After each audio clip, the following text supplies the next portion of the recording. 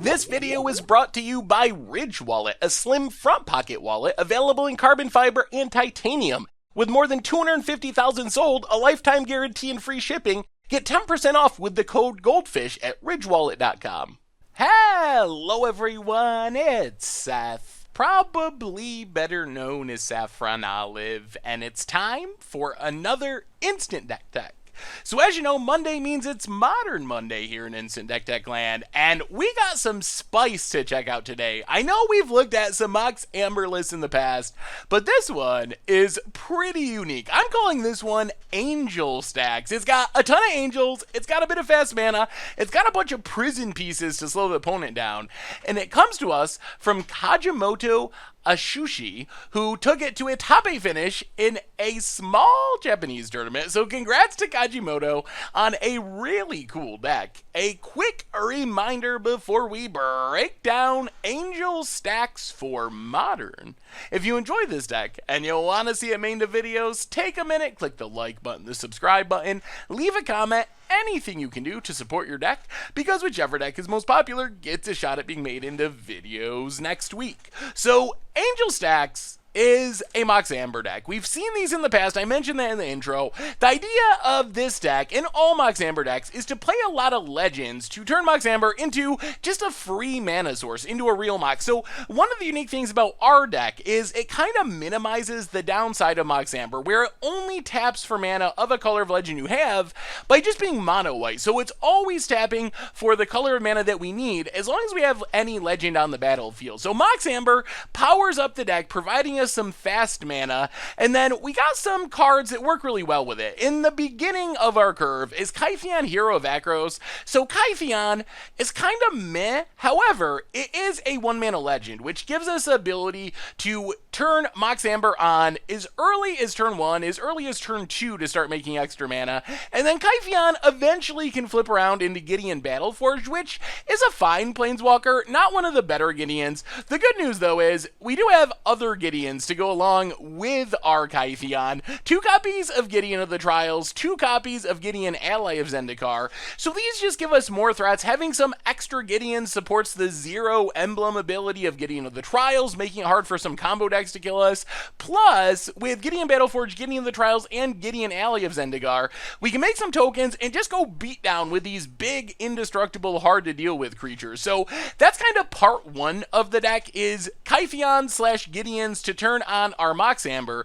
Then we get to the fun part of our deck, which is the Angel part of the deck. So Lyra Drawnbringer probably looks a little bit weird in Modern, but Baneslayer Angel has seen play in the past, and Lyra is actually better than Baneslayer in this deck because it is a legend, so it's turning on our Mox Amber, plus, as weird as it sounds, our deck is actually taking advantage of the Angel Lord and Angel Lifelink ability, because we got a bunch of angels, and this is the Angel Stompy aspect of the deck. So along with Lyra, we get Mini Lyra and Gisela the Broken Blade, just a 4/3 lifelinking, first striking flyer. So it's going to be really hard for creature decks or burn decks to keep up with us because we have so many big lifelinking flyers to gain so much life. Shalai Voice of Plenty, oddly annoying in Modern, shutting down burn decks, shutting down some combo decks because we have hexproof, also making it hard for decks like Jund or control decks to kill our other angels by giving our creatures hexproof. Plus it's getting lifelink from Lyra, and then Angel of Sanction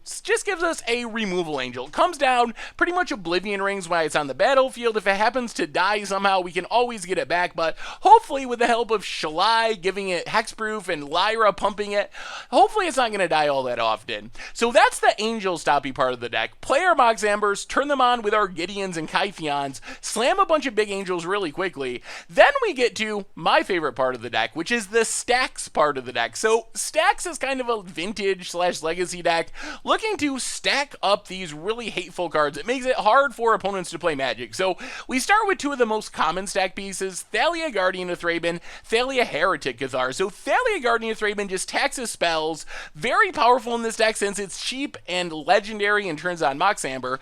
Then Thalia Heretic Cathar slows our opponent down even more, and it works really well with our first Thalia Guardian of Thraben because it makes non-basic lands enter the battlefield tap, so our opponent is getting this tap land so they can't use it to pay the extra mana for Thalia Guardian of Thraben. After our Thalias, we have my favorite lock pieces, our hard lock pieces, Chalice of the Void and Trinisphere. So these are cards that are extremely hateful, make it really hard for the opponent to play Magic, and work really well in our deck. So Chalice of the Void, most often we're casting it on 1, so we're countering everything that's 1 mana. Our only 1-drop is Kytheon.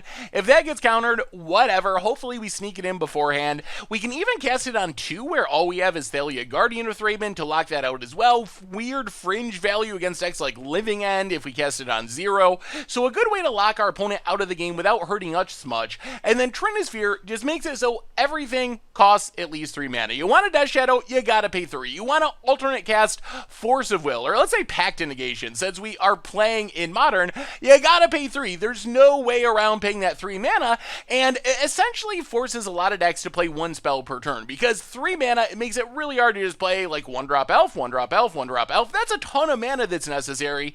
Our deck doesn't really mind, because we're playing 1 spell per turn normally anyway. We're playing 1 massive Angel, 1 massive Gideon, so by making both players only cast 1 spell per turn, that exchange really benefits us. We're betting that our 1 spell, a Lyra, Gideon Ally of Zendikar, is going to be better than our opponent's 1 spell, a Delver of Secrets, a Surum Visions, and that we're going to leverage that into a win. So that's the Stax part of the deck. Finally, we have Cast Out just as a way to deal with basically anything. We can cycle it if it's bad. As far as the mana base, we have a bunch of unique lands, Ghost Quarters to tax our opponent's mana, Horizon Canopy in case we flood out and need to draw some cards. A Agino Castle gives us a way to protect our creatures in combat, also from damage-based removal spells.